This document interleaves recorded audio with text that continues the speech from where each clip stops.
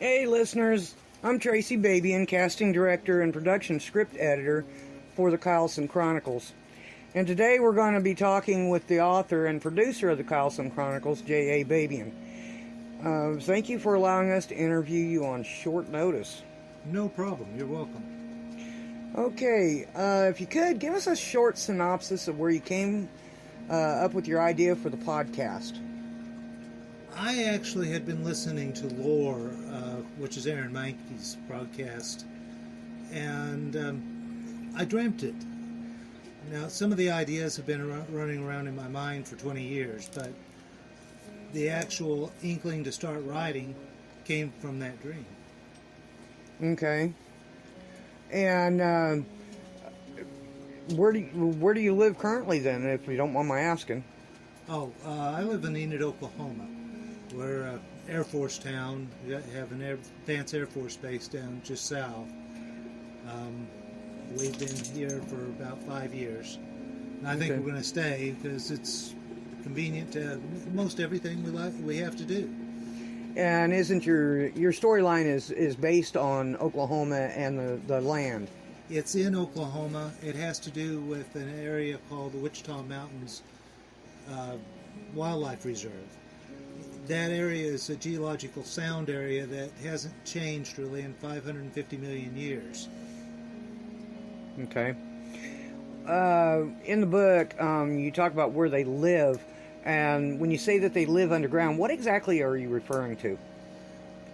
When the cataclysm, and I'll use that term because I want you to listen to the podcast to find out what the cataclysm actually is.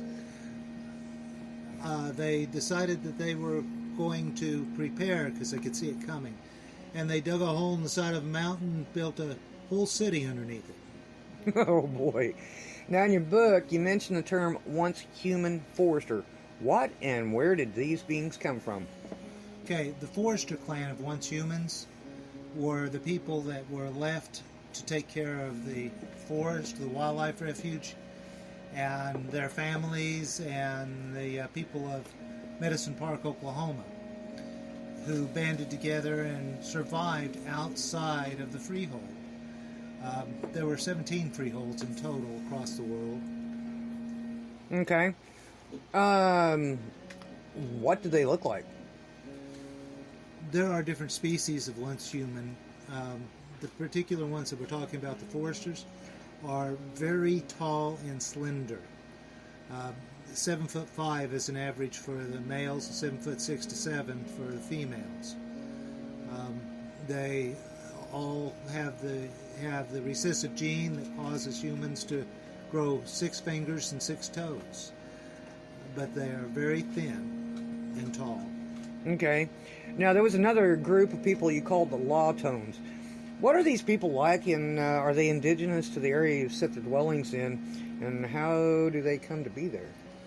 They also were left outside when the freeholds were built, and they were living in a town called Lawton. That the Lawtones term comes from the English language that changed and evolved over 2,000 years. They actually devolved. They're more primitive than the humans of today, and a lot less primitive than the foresters. Okay. So what was life like living in the side of a mountain for over 2,000 years then? Except for the fact that they couldn't go outside, and they were stuck there. They had pretty much everything that we do or would think that we need. Power came from biofuels and biofuel generators, along with the solar array on the top of the mountain. Okay. You said biofuels. What do you mean by that? Biofuels today, even now, are created out of algae. It sounds like you're taking Nathan Lowell's idea. Kind of, sort of. Well, yes and no. This is real. I could point you to a website where they're actually sold. They figure that it'll take over 15% of the fossil fuel need in the next 10 to 15 years by 2025. really is when the kickoff point is, and they're much like diesel. Well, when was the first time that the scientists and whatnot actually came up with the idea that we were going to have a problem with the ozone? My first recollection has to do with a publication called Life magazine and then Time magazine. Both ran articles in 1977 when I was graduating high school. Okay, so these people, the U.S. in particular, they've known about this for quite some time then.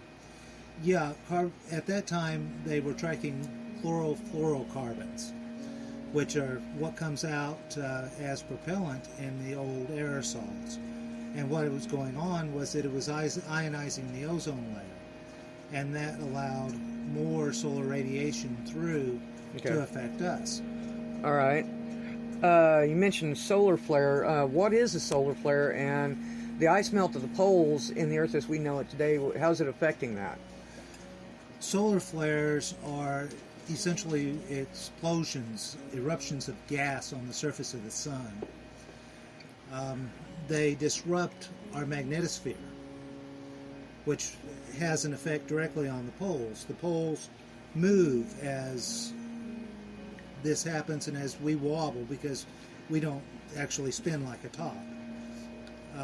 And at that point in time, the poles have flipped in prehistory. Okay. Which means that north becomes south. Actually, when you get technical, east becomes north as far as magnetic is concerned. Oh, cool. So it kind of turns. Yeah, it tilts us. Okay. Well, why didn't you just read the book online for folks instead of a podcast? I started to read it online just as a book, but I got to thinking I could probably take this to a script and reach more people. The whole concept of podcasts mean that you keep the language less scientific and more of what everyone talks and what they talk about. Okay, yeah, I can see that. Was it hard to get voice actors to help with your project? Yeah, a lot of the people that we have working with us are first timers. We have some old pros like Tomcat, who has been around for a long time, and he's very good and really will anchor this. Okay. I know that here recently I've gotten in touch with Charlie Wallback, and he's actually going to be doing all the narration for us, which is awesome because he's got such a deep voice. Yeah, wow. And his GMC commercials will sell every time. Yeah.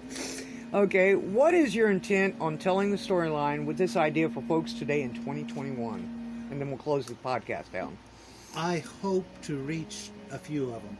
I'm really not here to sell global warming or to sell catastrophes. What I'm here for is to have a little fun, and even if I just reach one, I've done my job. Okay. Well, we're out of time. I can only record for so long. So we're going to put this one as part 1 of the question and answer for J.A. Babione. We will be doing the second part here just shortly and get it out probably sometime next week. We're going to be doing this every 10 to 14 days because that gives us time to do all the mixing and matching of things. We've got some interviews coming up with like Alice Randall from the UK. Anyway, well, I'm signing off and I'll see you in 14. Bye.